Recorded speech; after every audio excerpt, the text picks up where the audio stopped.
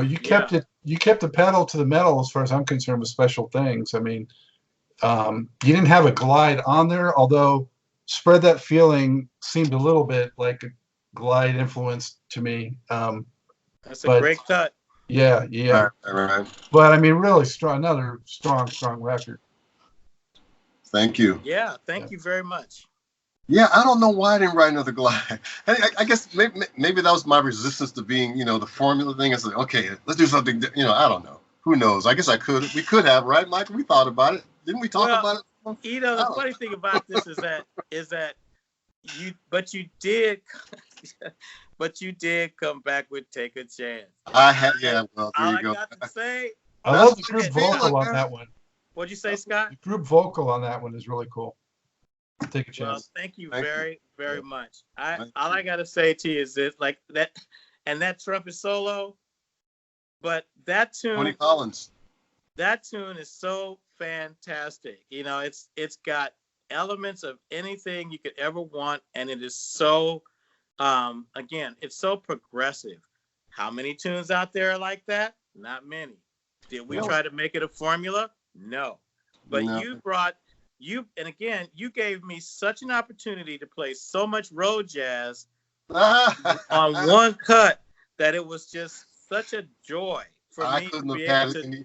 We innovated some pretty cool stuff. That's how I feel about it. I couldn't have had it any other way, man. That's the way it is. I mean, but we were just doing our thing, and that was another transitional period for the band. I mean, coming up a few now, some personnel changes, the whole thing, going through a little drama and all that.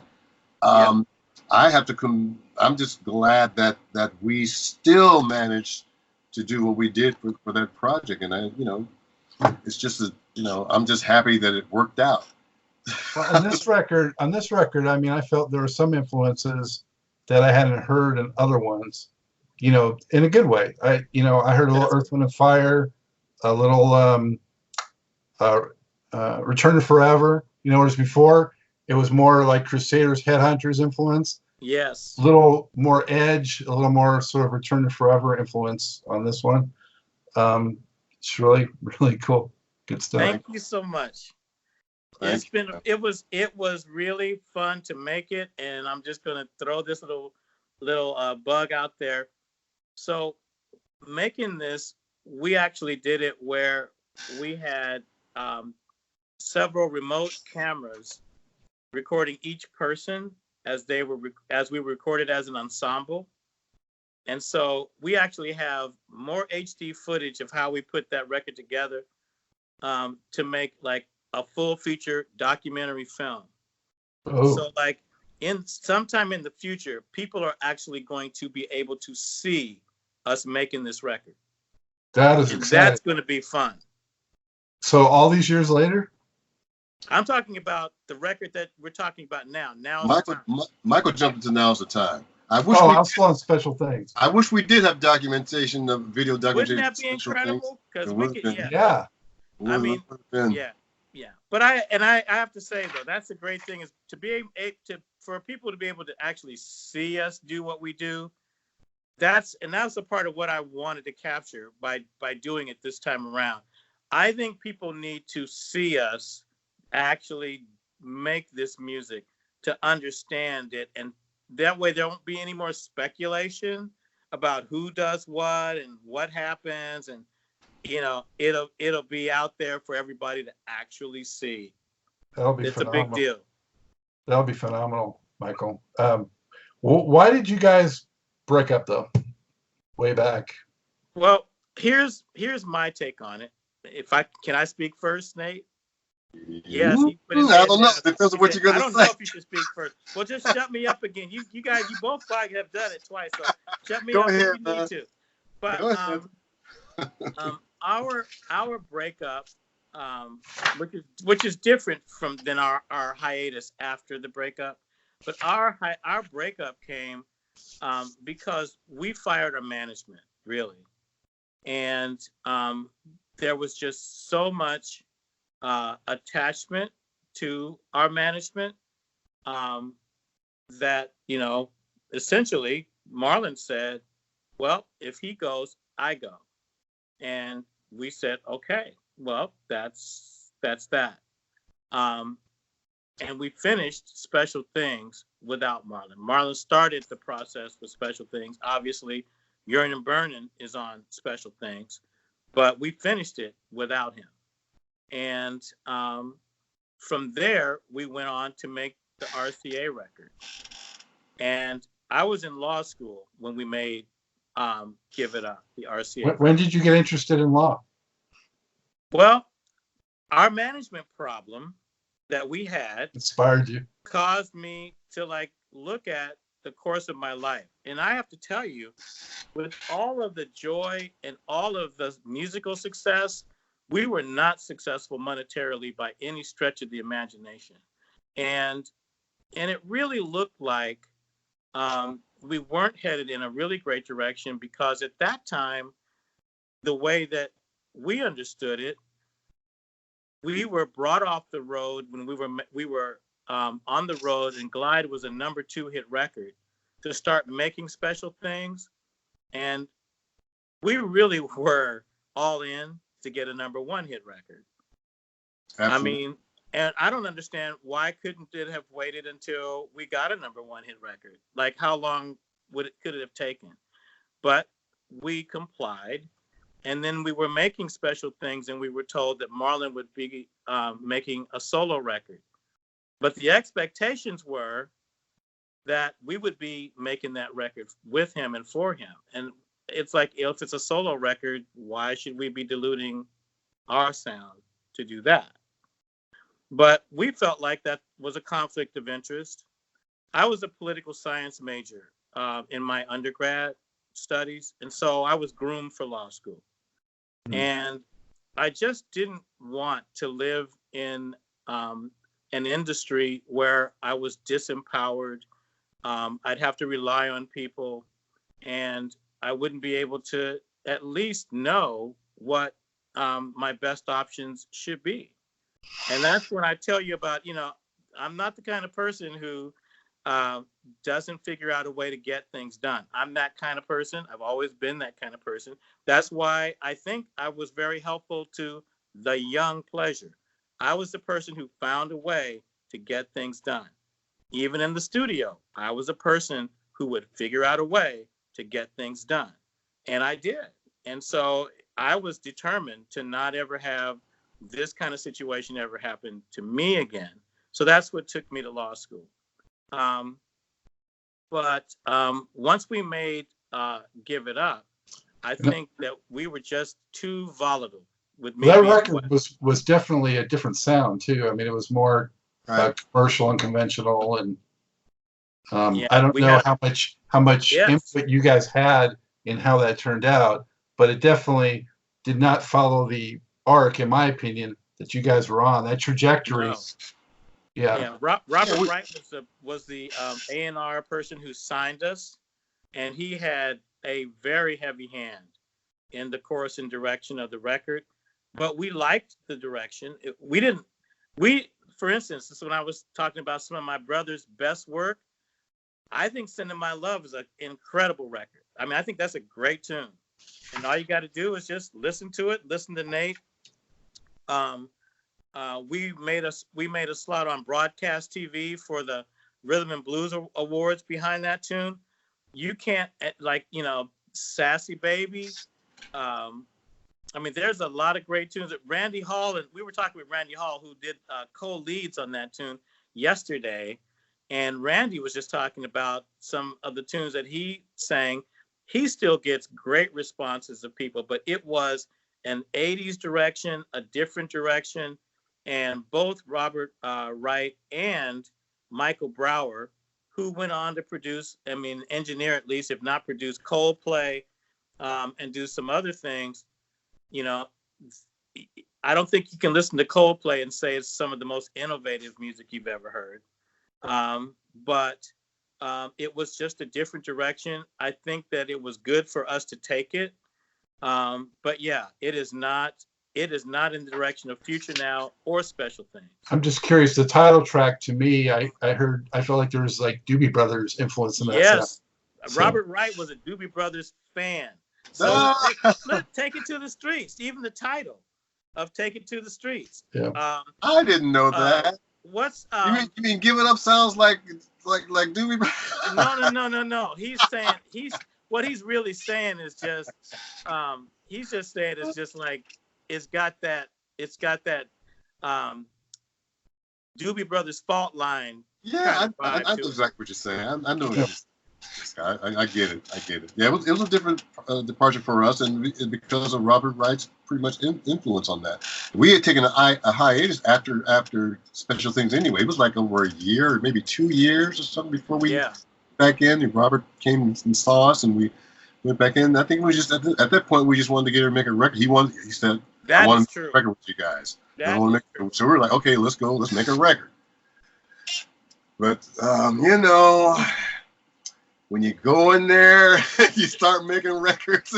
Like somebody else is telling you what to do. Telling us what to do, man. It's a pretty tough thing to heed, to obey. It is. And Nate, you went on and worked with Marlon again some later on, right? Yeah. Out of all the controversy and the whole breakup when Marlon left or when he was fired, I still have trouble thinking which one it was, But at the time of that breakup, I remember distinctly getting a call from Marlon, and it was, it was pretty upsetting to hear him being upset about the whole thing.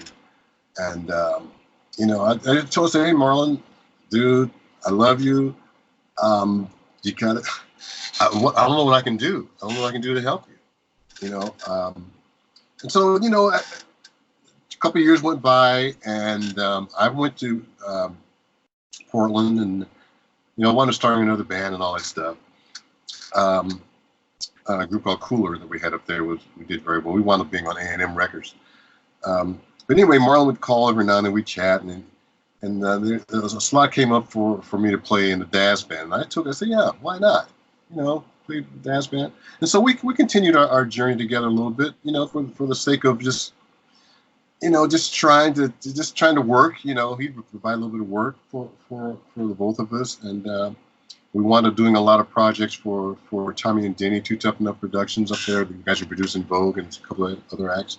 Did a lot of stuff for them, and interesting journey. We wound up doing later on United We Funk All Stars thing. That was a thing with a lot of these soul acts, Confunction, Charlie Wilson was in it, SOS Band. Yeah, all the whole thing. And even Roger was supposed to be a part of it, but he passed away. But we did get him on one track. Rick James, who was supposed to be a part of it, he passed away too. It was weird as times, but he was supposed to be a part of it as well. So we did a lot of stuff together, but always in the back of my mind, I would always hope for a reconciliation, but I just knew that it couldn't happen. I just knew it couldn't happen. I just knew it couldn't happen because I knew eventually the band was going to eventually get back together. I knew at some point, Pleasure, we can't just let all that go. Can't let it all go down the drain. It's too much more to say, But I guess the big question is, like people ask, is where's Sherman? Where's Marlon? Where's Donald? Donald? All that stuff, I think, I put it this way: I still converse with Marlon on occasions, but I think we just on this project. I'm jumping forward now to the new thing. We decided to take the path of least resistance. We just gotta. We're like looking. I'm laughing. Okay. I'm going through years of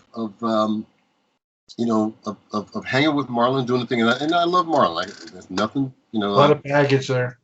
Yeah. There's still a lot of stuff there, and he was still aligned with the guy that we fired. It's like, okay, you're still aligned with this guy, so but then it just got too complicated. So the path of least resistance was where we decided to go.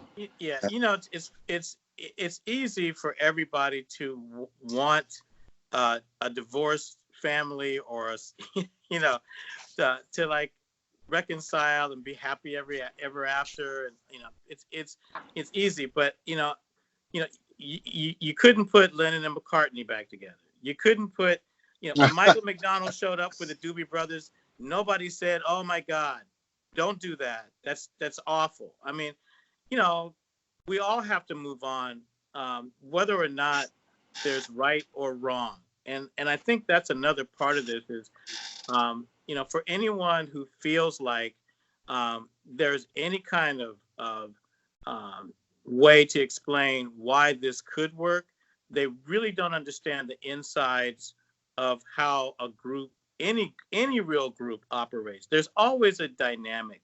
There's always a psychological fit to how human beings function. And if people have a sense that they should be the person who, for whatever reason, should be have a grievance addressed, or have some wrong righted, or sort of be heard to essentially air out their laundry or whatever else, that's the kind of stuff that takes away from making music.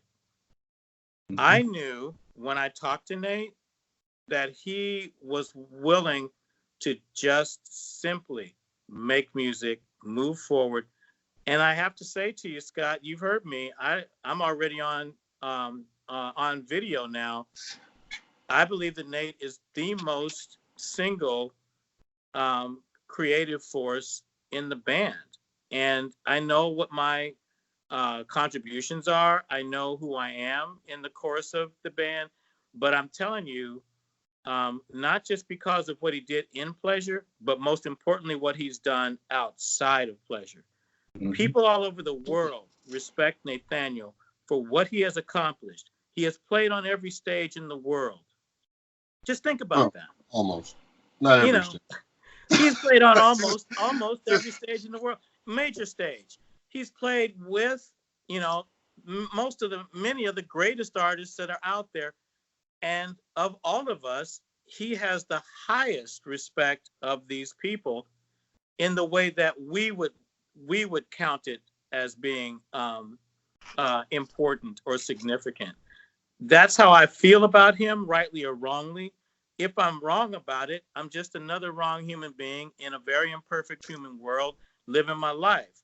But what I'm not going to do is try to address people with a lot of emotional problems and baggage, or feeling like they should be, you know, calling the shots on this tune or dictating to me what this should sound like. I don't have that kind of time. None of us really should see ourselves as having that kind of time. We're older now. And I want to resurrect this brand. I want to get Nate, especially, the accolades and the respect that I think he deserves. And that is a big part of why I chose to resurrect the brand. That's the whole... I tell people all the time. I told someone this in London today. My guiding philosophy is I want Nate to be happy. Ah, that's so nice of you to say that. That's my guiding philosophy. What year was it? How many years ago? 3, 5, that this started happening, and who made that first phone call? I think that Nate may have called me when you were in town with Peter White, and you just wanted to visit, like say hi or something. Yeah. And I said, and I was so shocked, and I was just so honored that he called me, that it was like, man, I want you to come over and just see what I'm doing. Like, you know, man, please. And so we connected. I brought him to the house. He brought his bass, and we just started playing together. And from there, it was like, okay, we're going to make music. How many years ago was that now about? Maybe about 4, 5. What do you think? Maybe 4 years. 5. So then from that, you started reaching out to some of the other guys? Well, I told Nate, what do you think about resurrecting the brand? What do you think? And his first response was, oh man, that'd be fantastic. That'd be fantastic. And then my next question was, well, who are you willing to work with? And very important for me, Michael, who are you willing not to work with? So my brother and I are very estranged.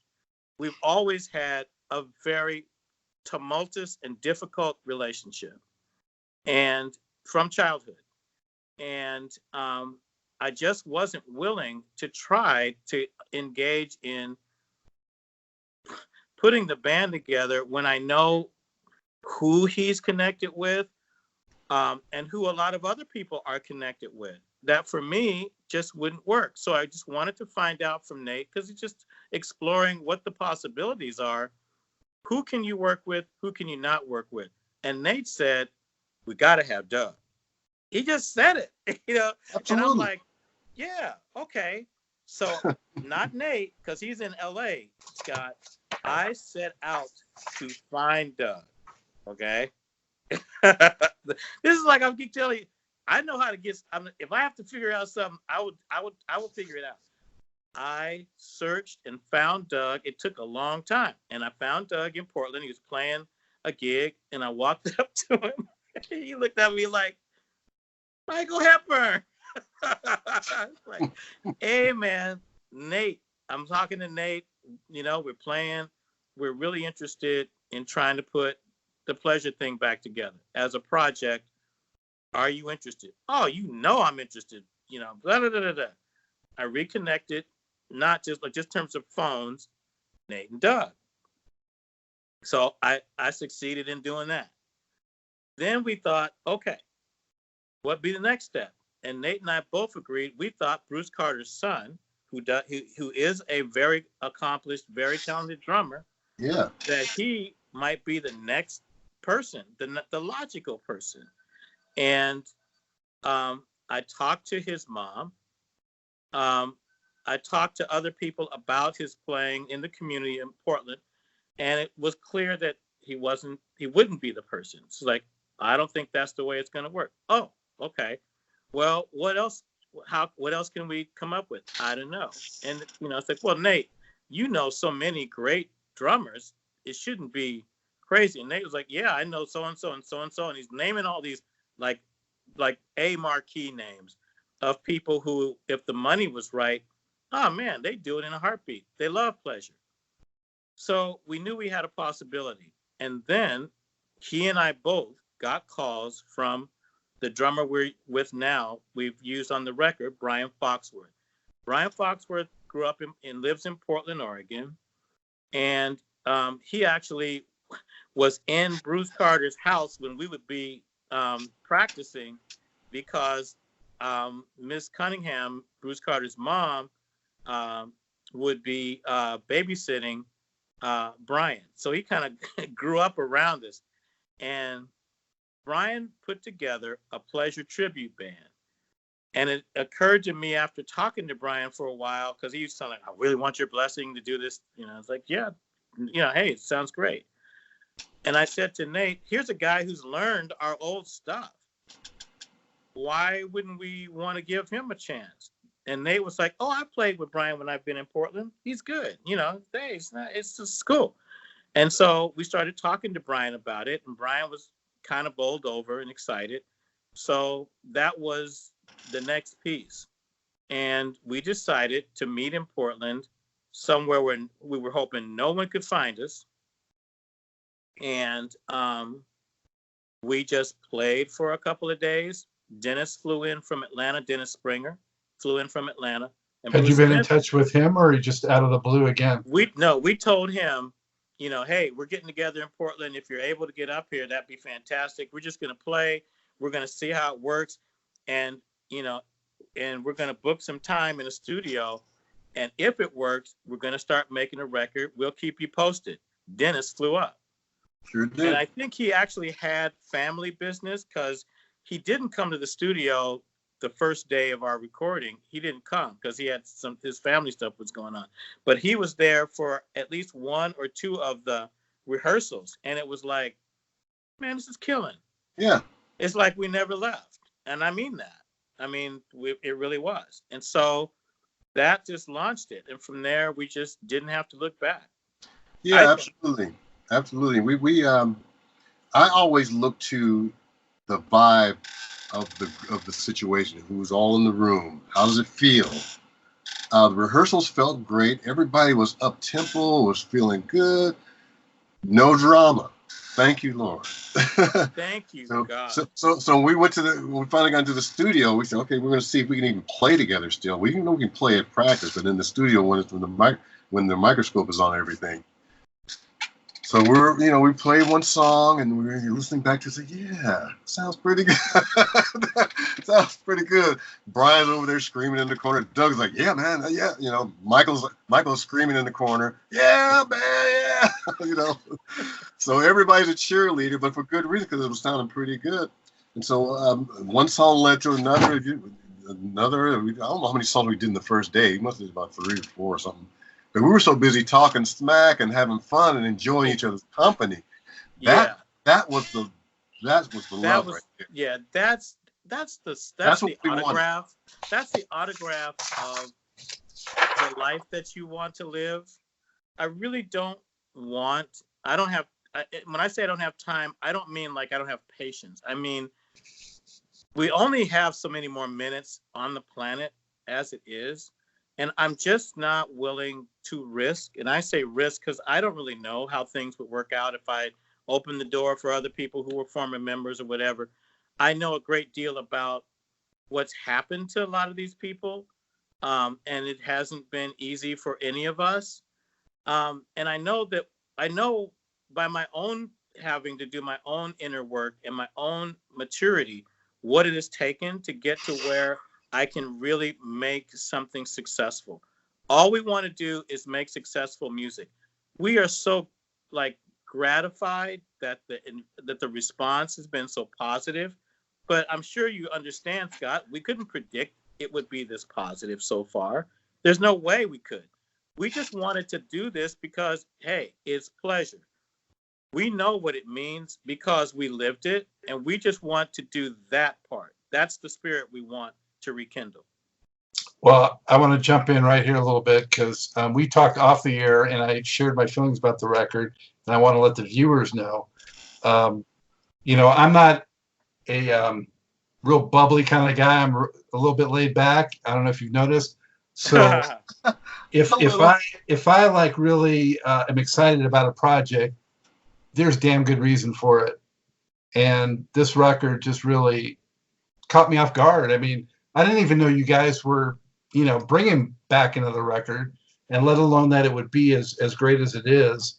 It's just one of those records that, brings that smile to my face as I listen to it because it's got all the great elements of a not only pleasure but also just a beautiful funk record. It's got all tempos of funk. It's got some modern touches as well, but not where it loses its identity to trendiness. Yes. You've got that core identity in there that's without a doubt is pleasure. And that's so important. And also to make the funk authentic, like it was back in the day. It's not nostalgic to me because hardly anyone's doing that nowadays anyway, that can really do it right. Right. And you guys are. So the title track especially, just killer. Now is the time. It has a throwback to Glide in it that I'm not going to say exactly what it is because I want listeners to discover it themselves. But that's a killer track. And funny listening to it, I heard a little bit of an element of like a living color in that track. Mm-hmm.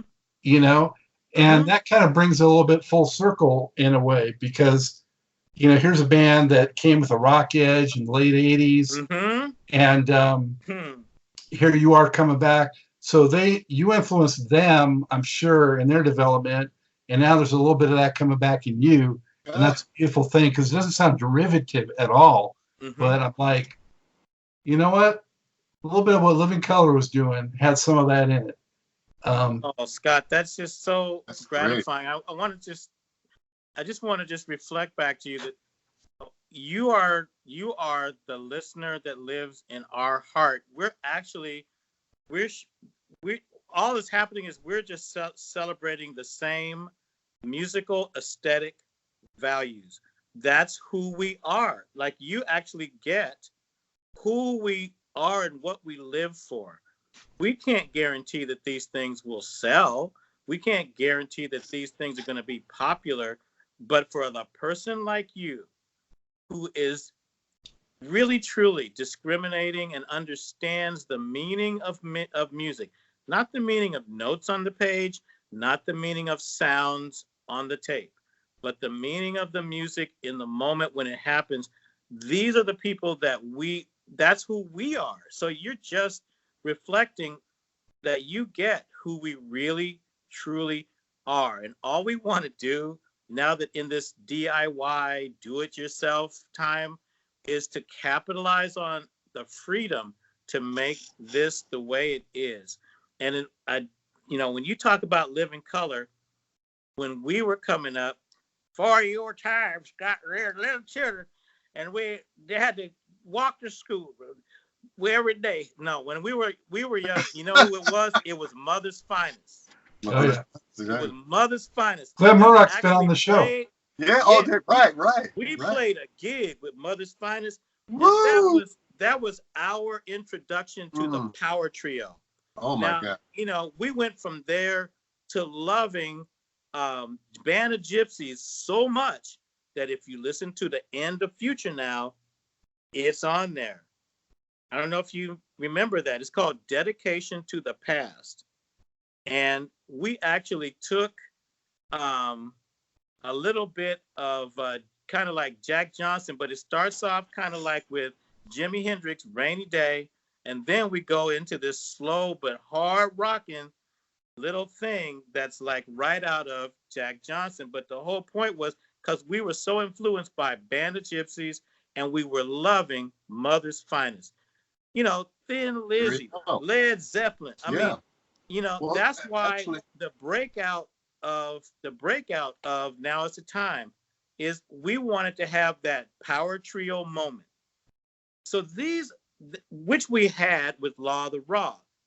But again, there were people in the band who did not react well to that like celebration of who we could be, because it was the first time we'd ever really truly done it. When they said he wants the path of least resistance, that's just the proper way to say it. We just want the path of least resistance to explore these worlds, to explore new worlds, discover new life. I defy right here and now any Pleasure fan to not like this new record. Wow. Well, that's what we're hoping for. That's what we hope for, and I hope you don't cut that part out of your video.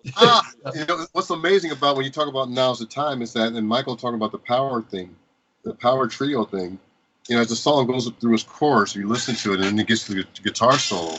I remember listening to it, and we had all the other parts going on through the guitar solo, and I was trying to find a spot. So we need room for the guitar solo. I just grabbed turn on all the faders except for the bass. That's what I'm talking about. Drums and Doug's solo. Yeah, it's like it goes into a different part. Yeah. Yes. That's it. That's exactly right. That was the intent. And when I did that, everybody said, "Oh, there it is." And so as the solo goes on, Michael comes in, does his classic stuff, brings in a few little things here and there. This lovely, lovely coloring and take. Lovely. It's almost like a suite, that song, in a way, which is rare for a funk track like that, because the opening is very different. The intro is very different. Yeah. And then you got the main part of the song, and then you've got that guitar part, and then the trumpet part. The trumpet.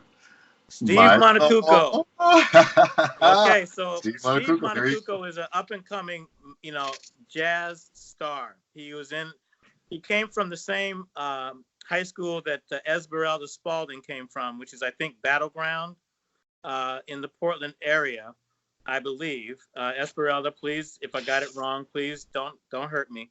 And he is now at Berkeley, but they either won the Ellington competition or they came close to winning.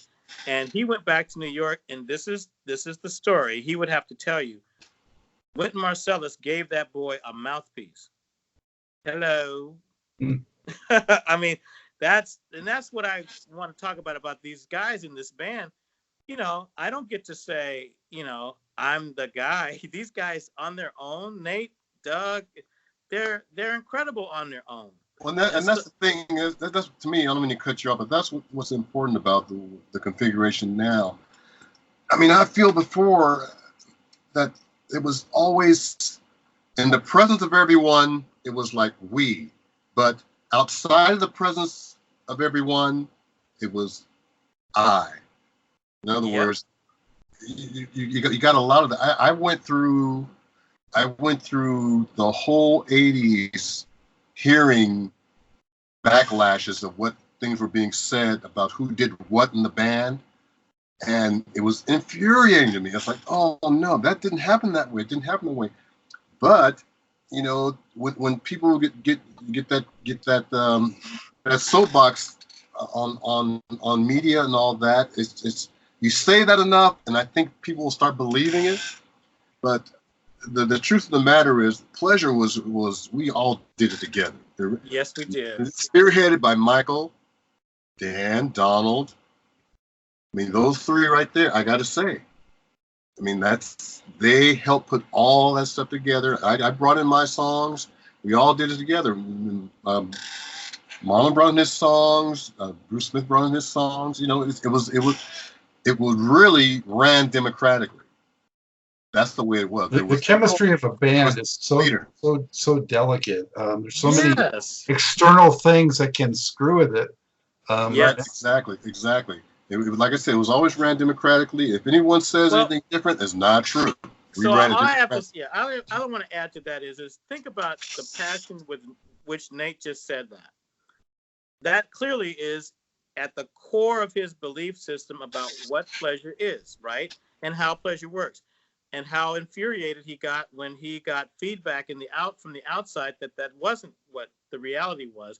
But imagine how we would have been when we were very impressionable young people to be brought off the road with a #2 hit and told, now you're going to make a solo record for Marlon, because Marlon is going to be the star of the band. And you're going to write his songs, and you're going to do this, and you're going to do that, and we're going to be even more successful than ever before. Think about if what Nate expressed is your core belief system of what the band is, think about the threat that brings. And I just wasn't going to let it happen. I'm not going to let it happen now, Scott. It's not going to happen. It's not what we are. Why do you think it is, if you guys have any idea, around that time, late 70s, early 80s, so many R&B, soul, funk bands went through that with their labels, whether it was LTD or the Commodores. Do you want the truth or do you want a nice answer? Well, this is truth. A part of corporate America's growth structure is always to expand what they have and to utilize all of their inner resources to their fullest extent in an experimental way to try to increase its market share and to saturate the market. And so it was just another way to get more pleasure music out there, but in a different packaging, to put something else in front of it. Now, again, this is an opinion, Scott. It's an opinion based on someone who may not have even a clue of what the reality is. But my take on it is, why would you really want something that is so successful that it's #2 R&B in the country, about to cross over, and you want to stop it where it is and say, you're going to make a new record, but then say, not only that, you're going to make another record and let the hit that's out there fester. It just wasn't. Okay, let's just be very biographical now, autobiographical. The same way that I felt when I heard that we were not going to sign to Fantasy, we were going to sign to Wayne. That's exactly how I felt when I heard that. And so maybe I overreacted, Scott. Maybe I was wrong. I don't believe I was. And I'm not going to go back to try to do anything about it now. I hear you. I hear you. Now, I must say though, I'm not sure that it was really on fantasy on that. No, I don't think it necessarily was. There was because No, you know at the end of the day, at the end of the day, fantasy said, okay, let's do special things. Let's go. Let's keep going. We got their blessing to keep moving. Yes, we did. So there was other forces that I think might have led to that, and I'll just leave it at that. Yeah, we don't know. I mean, we're being honest that we don't really know, but you know, we were told what we were told. We were told to get off the road and go back and make another record. We're like, oh, really? Okay. You know. This is a little off topic, maybe, but maybe not. You know, a similar group to you guys, maybe the most similar from a sort of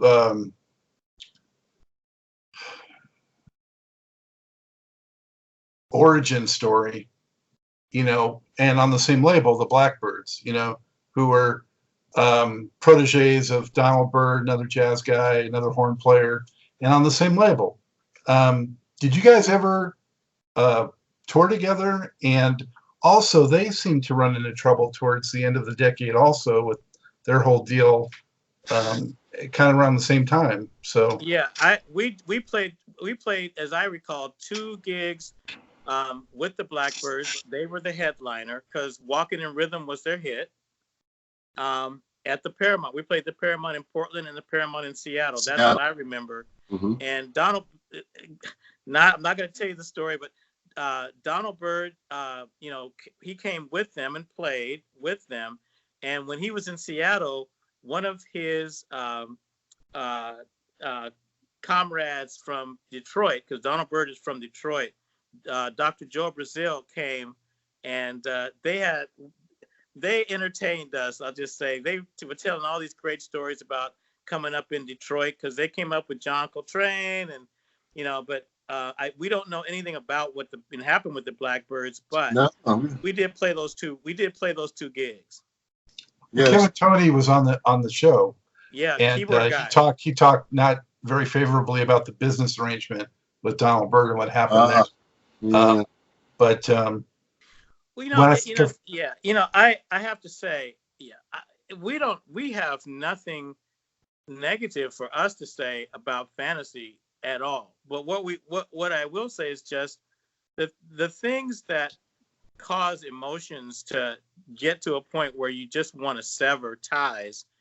That's a very delicate balance, like you said, and that's why I just want to keep saying to you, you know, I'm not one who will say I'm not wrong or I didn't make a mistake, or, you know, I'm not one who looks at in my life and back in my life and points to things and say, you know, I'm without any kind of responsibility.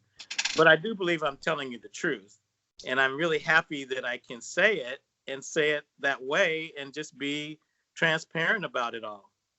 Mm-hmm. Well, back to the new record and happier times again. Speaking of that, you know, when you talk about the joy that you guys have found again in doing this together, I think it comes out in some of the lyrics on this record too. I mean, you look at tracks like Back to Alabama, Summertime, I Like Greens and Cornbread. It's like real feel good, familial kind of like stuff, you know? Yes. We're not screaming back at the past. Is that what you're saying? It's not like David Bowie. We're not looking back in anger. No, we're not. No, not at all. No, we're not. It's a great time. It's a great time to be making music. And I think it's a great time to make a record like this. You know, I think we do a tiny bit of preaching on Now's the Time, but it's more of a rally song. It's a rally thing. Let's you know, everybody knows it's weird stuff out there going on right now. Exactly. Oh, yeah. And why not address? We're trying to talk about what's going on. You know, there's sometimes there aren't the political songs. Back in the day, they used to have political songs all over the place. You know, but now there's not hear any. You know, so what's wrong with the political song? And so and then after you get past that, you just want to have fun, man. People want to kind of forget about all this stuff that's being just clouding our minds. When you get so much media and the TV, everything is all there's so much stuff, man. Why not think about greens and cornbread? Sometimes I just want to have. That's a righteous JB type groove on that one. Right, man. That's all it was, man. So much. Just trying to have some fun, man. So that is a great segue to talk about Doug, because that's a Doug groove. Doug really brought some fantastic musical ideas for this record.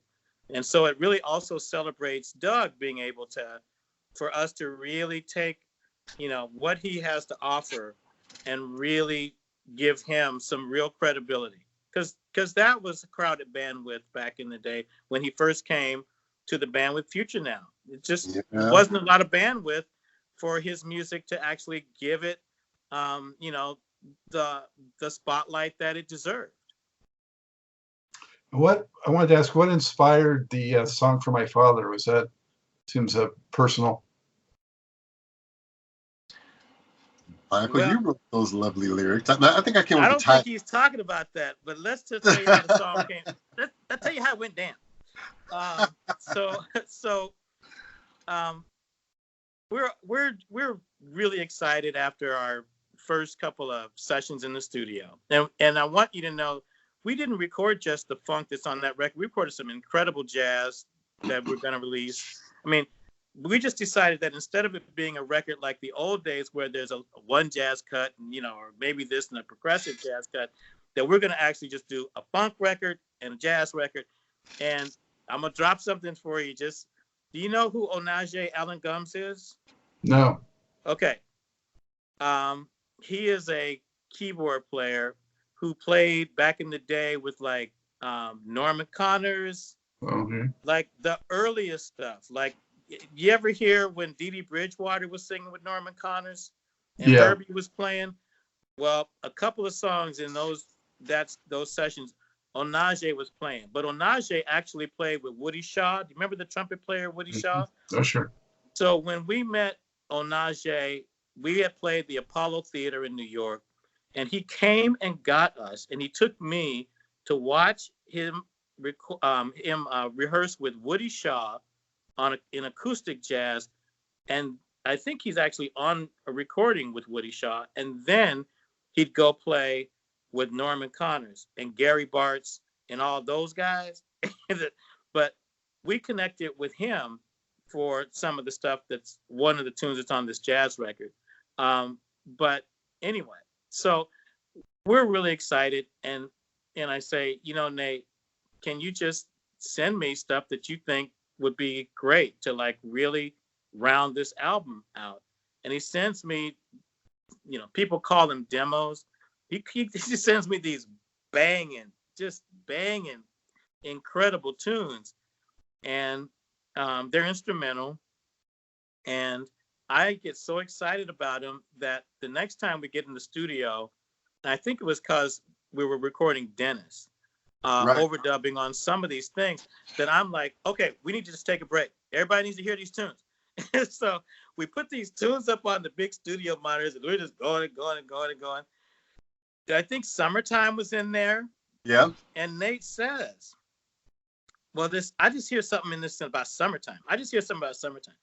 Then this comes, I just like Song for My Father. And that was actually the title on it. The title of the groove was Song for My Father. And I'm feeling the way I feel right now, Scott, where I am in life. It's like, why can't we just take the themes that we get and just like develop them the way they are? And just, I want to be a storyteller. So tell a story about Song for My Father. Like, just, tell it, do it, get it, just let it out. And so, over time, we developed the lyrics. They weren't hard. It wasn't laborious. You know what I mean? It wasn't like somebody saying, yeah, but it got a rhyme with Henny Minigan. It was just so. When we talk about this being the path of least resistance, it's not a bunch of machinations to get to a particular objective. It's just, where can these ideas properly lead? Let the universe lead them. Let's just be creative. let's have fun with it and see if it works. If it doesn't work, go back to the drawing board. We had to go back to the drawing board on a couple of things, you know. Yeah. And I'm just glad that that's how we're working.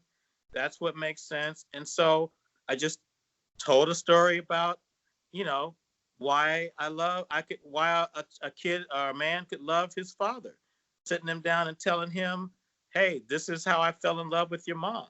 It's very simple. Yeah. Well, hey, Father's Day is in a few weeks, so perfect. Thank you. Exactly. Thank And you. summer's coming up. You're right in there.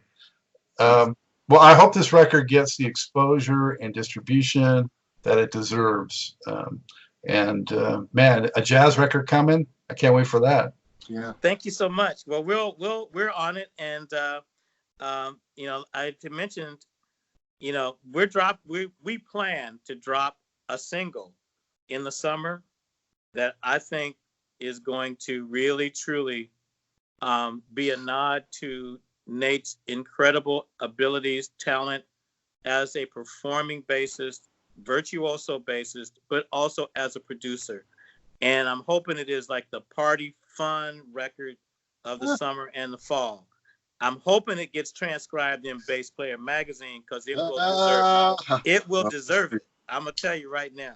Well, one of the questions I had prepared coming into this with you guys was, asking if you thought, and maybe this is better. I was going to ask Nate, but maybe it's better I ask you, Michael. And I think I know what your answer will be based on what you said already. Do you think that Nate should be on the same level of recognition of your, Louis Johnsons and your Mark Adams and your, maybe Larry Graham's and a whole other thing, but these well-known bass players, I think he's right in there, and people in the know that, but I'm not sure he's as much of sort of a household name in that way as some of the other guys. Here's my answer. That's what this single is all about for me. Like I said to you, my guiding philosophy is I want this gentleman to be happy, and I want him, again, I don't have to be successful. I'm telling you, I'm devoting my energy to hold him up for the recognition I believe he deserves. I have accomplished a few things. I can't make this happen, but I can help the music happen. That's my part that I can do. I appreciate you saying that. That's great. I feel honored, and I have to say, I was never one to really try to compete or to try to be on any level. Anyway, I think for me, it was just, I just loved being a part of a group situation. I just loved that. It was like watching something bigger than me develop, and I'm a part of it. That's always how I had to look at situations like that. Someone told me a while back, they were talking about the song Glide, and they said, you should, that bass solo you did on there was really cool, and it was kind of like a wink, wink, wink.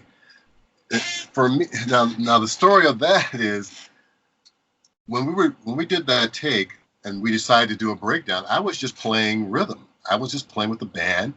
When you hear that bass breakdown, everybody else is playing along with it. We just brought the faders down. Now we did that a couple of times before we mixed it, and for 1 second I thought about maybe I should do a solo there.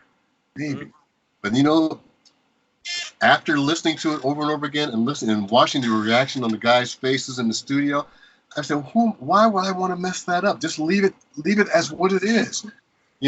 So that's how I think about things. Yeah, I have a lot of things musically that I still want to say, and hopefully if I'm around long enough I'll be able to say them. But I'm first and foremost, when it comes to band, I'm a band member, man. I just do what I do. I contribute. I want the guys to contribute. That's how the sound happens, So, yeah, thank you for all the accolades, and I appreciate that, and I will wear that with humility and with grace, because that's the way it is. But I never tried to be on the level of anybody. I always thought that Louis did what he did, Larry did what he did, Marcus, all these guys. I think I have a little spot, man. I think I have a spot. I'm Yes, you happy. do. I'm happy. You know what? As you're saying this, Nate, you know, I think it's going all back to that record cover over your right shoulder there that you mentioned at the outset. You know, James Jamerson and, Yes. and James Alexander and these guys that held the bottom and didn't go for, you know, the spotlight. Mm-hmm. The sum of the whole was most important. That's what it always was for me, and especially in pleasure. Now, grant you, I would always try to sneak something in because I was listening to all those great fusion guys and all that. I would try to sneak a little thing in there here and there just to see if it would take. I wasn't shy about it. Wasn't shy about it. As long as it worked within the structure of the situation what we're doing, and that's a good thing. It all contributed to the overall thing, and those are the moments that I'm most proud of. I did a solo record, and you know, I loved. You know, it's different doing a solo record, man. It's a different kind of thing. It's different. You know, you're playing your solo on every single record, and I remember talking to Wilton Felder about that. Wilton Felder did a couple of solo records. He would always tell me, man, the worst thing about making a solo record is hearing myself on every song. I don't. Wilton was a great sax player, but he was also a bass player, so he understood being in doing the support thing. He wasn't a fan of hearing himself all the time, and that's the way I kind of feel about you know, solo records. Yeah, they're great, and you know, maybe it's a good thing to do for financial gain or just to establish yourself. But at the same time, I wish I could do a solo record where I have all the other bass players playing on it. That would be great to me. I would love to have that. Bring in, you know, some of my favorite guys like you know, Alex Al and, you know, all those great guys like that. I bring them in on it, you know. Well, that's kind of like the way people like George Duke did solo albums, you know, where they had just everybody. Yeah, everybody. In there and doing fantastic records too. Yeah, that was the way to make a record. Everybody will tell you, you know. So it's funny how we're just sharing the same values, bouncing off of each other. The three of us is. Everybody will say George Duke. Now that's the way to make a record. We all know his records were like the best. We love, you know? George Duke, no question about it. Yep, he is missed. Yes, he is. Yeah, well, he is. I know we're closing in on it, but I just do want to say what Nate is saying that he loves to do, to contribute something that helps something be bigger than the sum of its parts. He didn't just bring that in his bass work on this record. He brought it in the arranging. He brought it in the vocal work. He brought it in recording all the vocals and stuff. And he brought it in the mixing because these are his mixes. And so I do want to make sure when you hear him talking about what he's bringing, it's not just bass playing, it's production, it's concept, and it's fantastic. That's why I'm glad in the intro I mentioned all of those attributes. You know, yeah. Well, you know, I felt it was my job, and I think Michael assigned me that job anyway, to make sure that everybody sounds the best they could sound on this. I mean, you know, they're going back to our earlier discussion. We were talking about questionable things and things you wish you could have redone, things like that. There were tough decisions that had to be made, you know. But at the same time, you know, things can be worked out nowadays. We have ways of doing things that where you can keep the spirit of it and still hold on to the value of it. You know what I mean? Yes. So we managed to work that out. It took a minute. It took us a while to do it, and I'm just glad we captured the spirit of the performances, because all those are live performances. Basically, we just came in there and played. You know. Well, speaking of live, or do you guys think you'll do any shows? We want to. I hope so. We're trying, man. We're trying. We'll see. We'll see. We want to. We're this. There's another thing. This first couple of weeks have caused a great deal of discussion with a lot of different people, and I think I can talk about Randy. Is it okay to talk about Randy, Nate? Sure, if it's okay with him. I think is it okay with you to talk about Randy Hall? Why not? Okay, well, Randy Hall is a vocalist who we think a great deal of, and we worked with on the Give It Up record, but he also worked on a Miles Davis record, Man with the Horn, and some other things. He has a hit record right now in the UK. It's charted at number 17, and called Calling for Love, but he's had 2 number 1 hit records in the UK prior. And we've been talking to him over the last couple of days because we're hoping to be able to bring him back with us and to be able to not only kind of help with some of the stuff he's doing because it's so successful, but also to repackage that component aspect to Pleasure also. And he's not just a great vocalist, but that boy can play some guitar. I'm serious. You're talking about some George Benson. He can play. And so we're just looking forward. We're hopeful, and we're hopeful that we can result in some really excellent live performances as an ensemble that really is a high quality. Virtuosity. Yeah. That's what we really want. Absolutely. And that's the plan. And we really want to get out there and play some stuff from the new project, as well as share and all those other songs that people have been over the years been asking about, that they want to hear the band get back together and play those songs, man. That's what we want to do. We want to run the long gamut, play all the songs, man. That's the idea. Just promise me you'll come to the Carolinas if you do that. Yeah. That sounds fantastic. If it all works out, we'll try to get him as many spots as we can,